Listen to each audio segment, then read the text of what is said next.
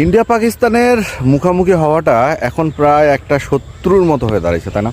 এবং এই শত্রুরা মুখ থেকে ইন্ডিয়া পাকিস্তানের মিলনটা আর কখনো সম্ভব না, এটা আমরা সবাই জেনে গেছি। যেখানে ইন্ডিয়া পাকিস্তান এক গ্রুপে যে আছে এশিয়া কাপ, সেই এশিয়া কাপেই বোমা বিধ্বস্ত হবে কিনা আমি জানি না। তবে এই যে লিজেন্ডস, যে চ্যাম্পিয়ন্স লিজেন্ডসটা যে গেল, সেখানে ইন্ডিয়া অলরেডি 2বার পাকিস্তানের সাথে ম্যাচ বয়কট করলো। এরপরও পাকিস্তানের সাথে তারা সেমিফাইনাল খেললো। তাহলে লাভটা কি হলো এই ক্রিকেটীয় দ্বন্দ্বটা দেখায়? আপনারা কি প্রমাণ করতে চাইলেন?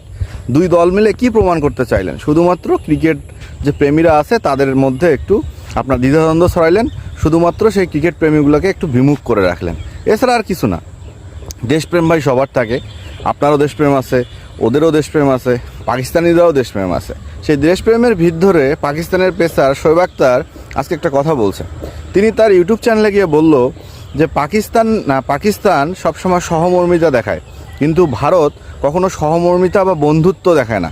তারা শুধু হিংসামো করে এবং তারা চায় কিভাবে পাকিস্তানের ক্ষতি করা যায়। পাকিস্তানের ক্ষতি যদি হয় তাহলে ভারত অনেক সুখী, এবং ভারত চায় পাকিস্তানের ক্রিকেট যেন কোনোভাবে এগিয়ে নিয়ে যেতে না পারে।